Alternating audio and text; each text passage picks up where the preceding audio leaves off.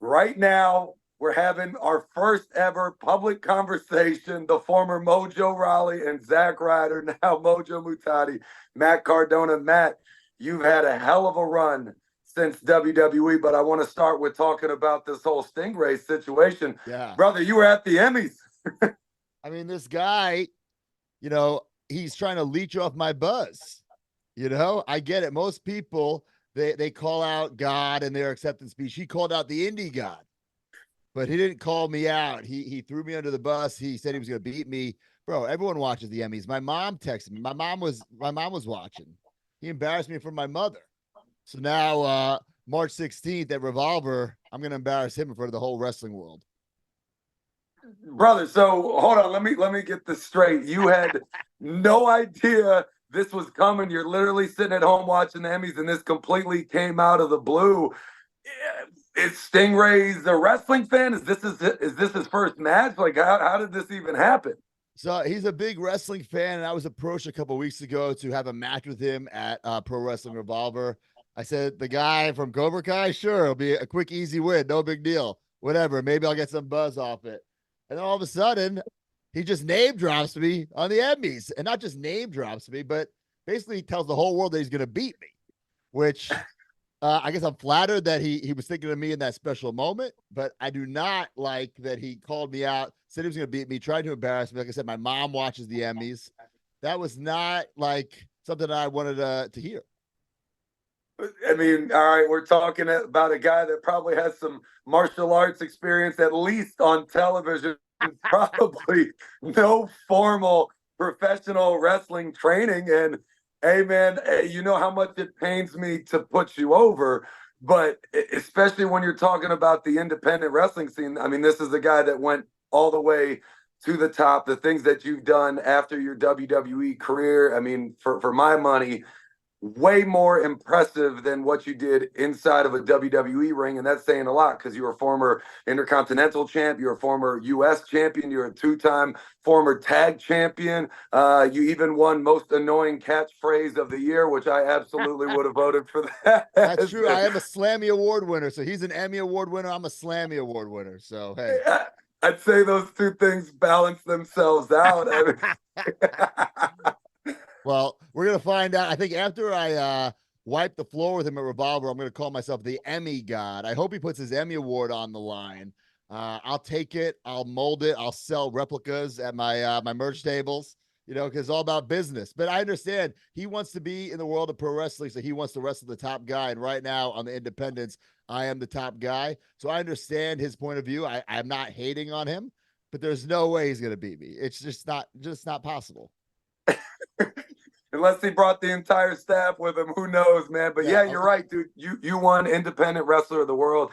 You were even number 13 on last year's PWI, the only person on that list, that top list at least, from an independent setting. Let me ask you this: Paul Walter Hauser coming into your world. Does this mean we might get Matt Cardona on a future episode, future season of Cobra Kai? Is that something Oh that man. is of interest? Listen, I actually love Cobra Kai. I'm a huge Karate Kid fan. So the fact that they brought it back, not just for one season, but multiple seasons, I even think Stingray Paul is entertaining in the show.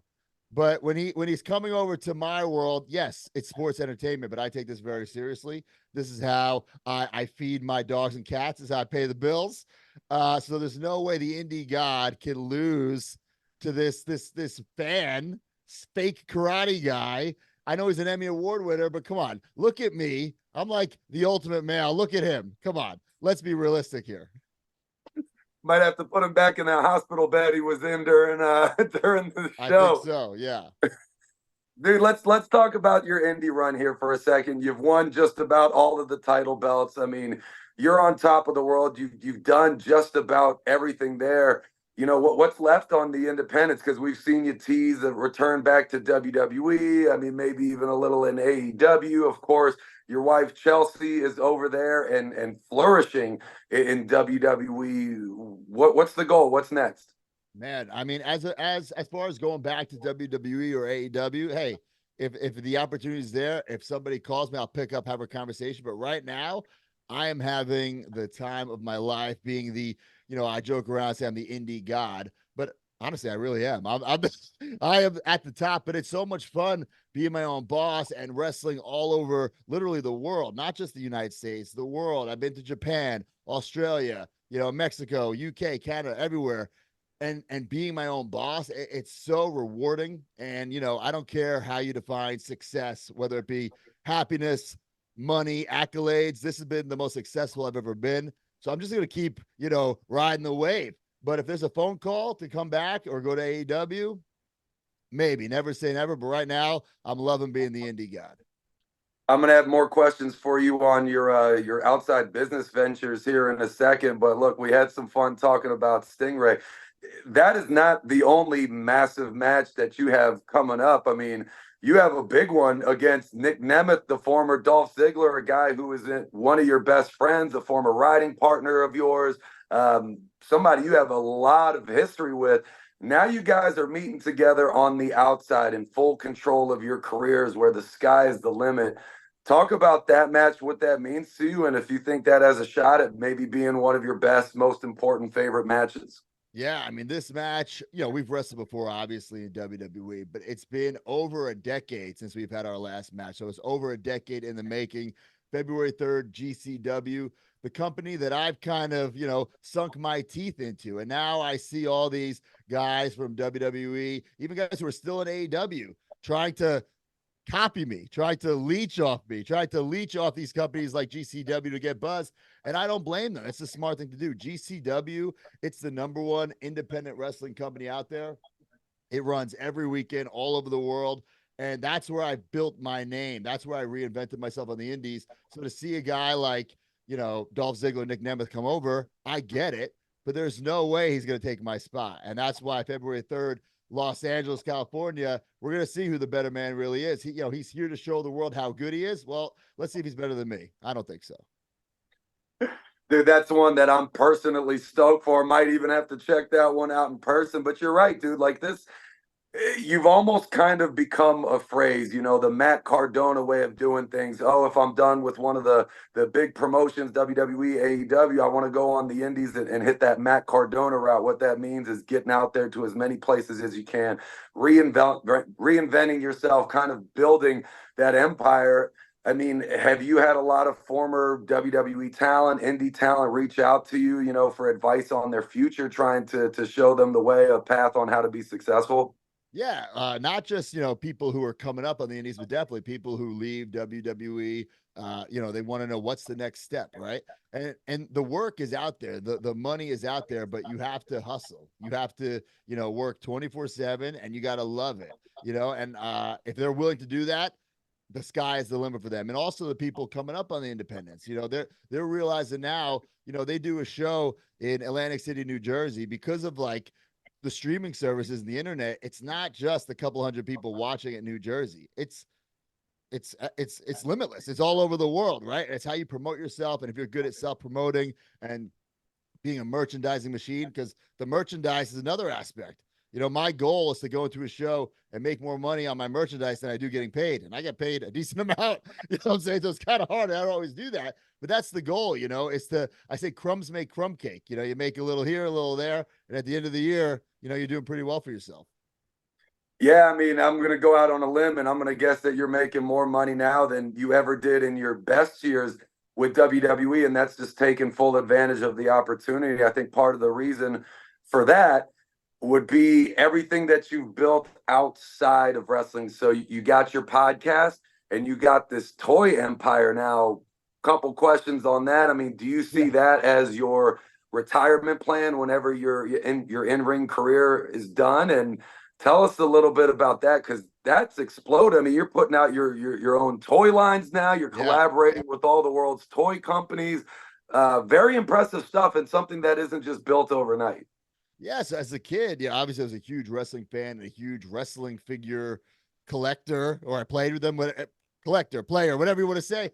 And then I always was into it. I never stopped, even in high school or even when I was in the business. I still buy things and display them.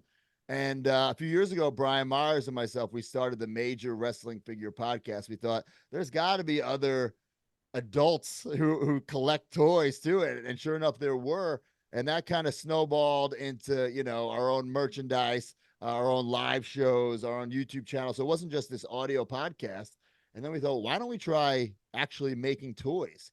So 2.5 years ago, we started our own toy line. We make these little guys called Major Bendies. Actually, right now, majorbendies.com, you can get that Nic Nemeth.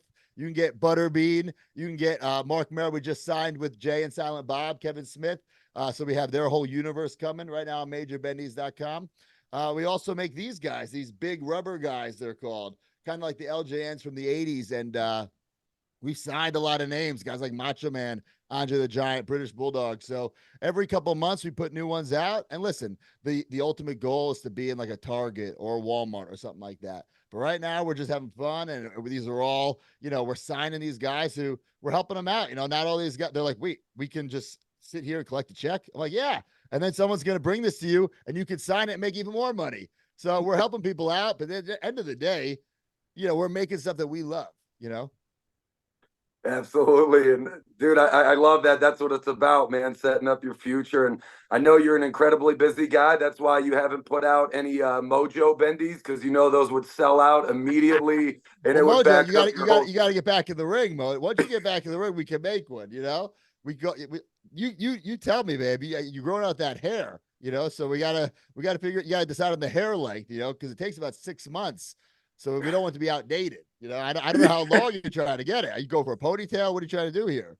Brother, we're just letting it go, man. First time I can just do things like this, as you know, no one controlling my life. So figured, hey, I've never had hair before. Let's see what that looks like. Hey man, if you have it, grow it as long as you can. That's my advice. If you have it, grow it as long as you can. There it is, brother. Well, dude, people, it's been a few years now since we've been out at WWE. The rivalry that never began needs to maybe start soon. Got to talk a little bit about our relationship, because we get hit up all the time about it here on TMZ with questions. Brother, we tagged together. We had a face-off for a little bit. I don't think on either of those, either with the tag or going against each other, we never quite took that to the levels that we thought we wanted to. But I've been out of wrestling for a bit, haven't wrestled since WWE. You're wrestling 8 times a week, every week since WWE.